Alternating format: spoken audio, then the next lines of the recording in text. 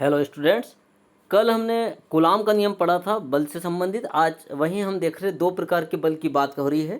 एक है स्थिर विद्युत बल और एक है गुरुत्वाकर्षण बल। इन दोनों बल में क्या डिफरेंस है, मतलब जो इस चैप्टर में हम स्टैटिक इलेक्ट्रिसिटी पढ़ रहे हैं तो स्टैटिक इलेक्ट्रिक फोर्स तो पढ़ ही रहे और पहले 11th क्लास में हम ग्रेविटेशनल फोर्स पढ़ चुके हैं, तो दोनों में क्या डिफरेंस आता है वो हम देखें। यह बल दूरी के वर्ग के व्युत्क्रम के वर्ग के नियम का पालन करता है और यह बल भी दूरी के व्युत्क्रम वर्ग के नियम का पालन करता है। हम यहाँ देख रहे हैं कि सिमिलरिटी भी देख रहे हैं और डिफरेंस भी देख रहे थे। ये पॉइंट दोनों में सिमिलर है। जैसे हमने कल देखा था, कूलाम्स लॉ बताया था आपको, तो बताया गया था उसमें कि जो फोर्स जो होता है is inversely proportional to the square of the distance. मतलब हिंदी में बोला गया था बल दोनों आवेशों के बीच की दूरी के वर्ग के व्युत्क्रम अनुपाती होता है। ये स्थिर विद्युत बल का नियम था।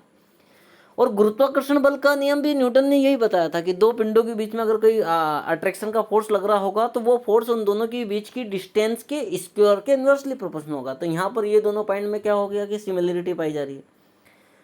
फिर नेक्स्ट, यह एक केंद्रीय बल है जो दोनों आवेशों को मिलाने वाली रेखा के अनुदिश कार्य करता है और यह भी एक केंद्रीय बल है जो दोनों द्रव्यमानों को मिलाने वाली रेखा के अनुदिश कार्य करता है। यहाँ पर मतलब क्या है, सेकंड पॉइंट में यहाँ चार्ज के बीच में लगेगा और यहाँ पर बताया जा रहा है दो पॉइंट मास के बीच में लगेगा, क्योंकि ग्रेविटेशनल फोर्स दो मास के बीच में लगता है। जैसे अर्थ है तो अर्थ का अपना मास है, एक हम ऑब्जेक्ट है जो उससे लगे तो हमारा खुद का मास, तो दो ऐसे ऑब्जेक्ट जिनका अपना अपना मास है उनके बीच में लगता है फोर्स, तो वो ग्रेविटेशनल कहलाता है। और यहाँ पर क्या है कि दो इलेक्ट्रिक फोर्स में हम देख रहे हैं कि यहाँ पर होगा चार्ज, दो चार्ज के बीच में।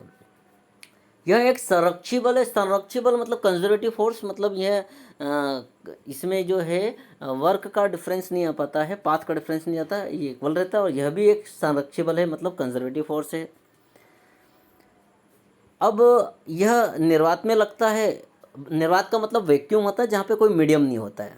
तो निश्चित है कि इलेक्ट्रिक फोर्स के बीच में ज़रूरी नहीं कि कोई मीडियम हो। ऐसे ग्रेविटेशनल फोर्स है कि अगर अर्थ है और ऑब्जेक्ट ऊपर फेंका, दोनों के बीच में अगर कोई मीडियम नहीं तो भी वो लग जाता है। यह बल भी निर्वात में लगता है।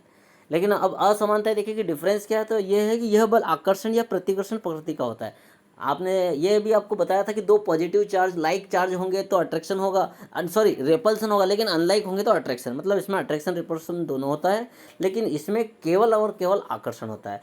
इसका मतलब अर्थ केवल और केवल क्या कर सकती है, ऑब्जेक्ट कोई सा है उससे डिस्टेंस पे तो उसको खींच सकती है। किसी हम ऑब्जेक्ट को फेंकते हैं तो क्या होगा, अर्थ उससे अट्रैक्ट करेगी। ऐसा नहीं होगा कि अर्थ उसे धक्का देके और पीछे नहीं करेगी। इसका मतलब वहाँ पर हम देखते हैं कि ग्रेविटेशनल फोर्स में रिपल्सन नहीं होता। ये बहुत इंपॉर्टेंट डिफरेंस है, ध्यान रखें कि इलेक्ट्रिक फोर्स में अट्रैक्शन होता है तो रिपल्सन भी होता है, बट ग्रेविटेशनल फोर्स में केवल और केवल अट्रैक्शन होता है। एक और है कि यह एक प्रबल बल है।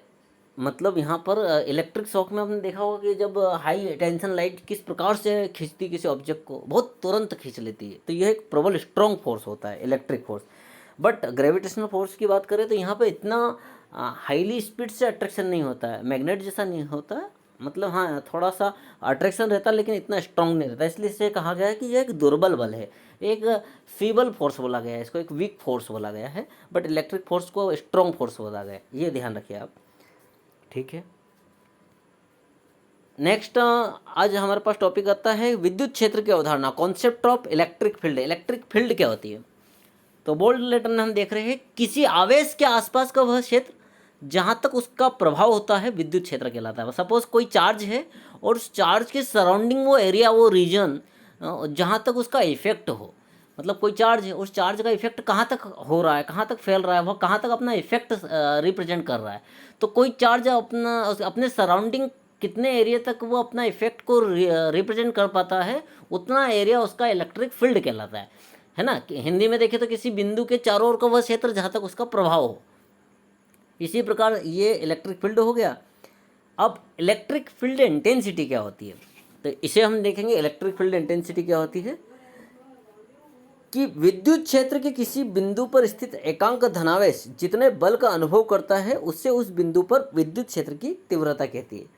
फील्ड में हमने देखा था कि किसी चार्ज के सराउंडिंग वो एरिया जहाँ तक उसका इफेक्ट हो वो उसका फील्ड हो गई। लेकिन वही चार्ज इस एरिया के अंदर वो चार्ज कितना फोर्स एक्सपीरियंस करता है, कितना फोर्स महसूस करता है, उस पर कितना फोर्स लगता है, that is known as the electric field intensity. ये ध्यान रखिए कि इलेक्ट्रिक फील्ड क्या है और इलेक्ट्रिक फील्ड इंटेंसिटी क्या है।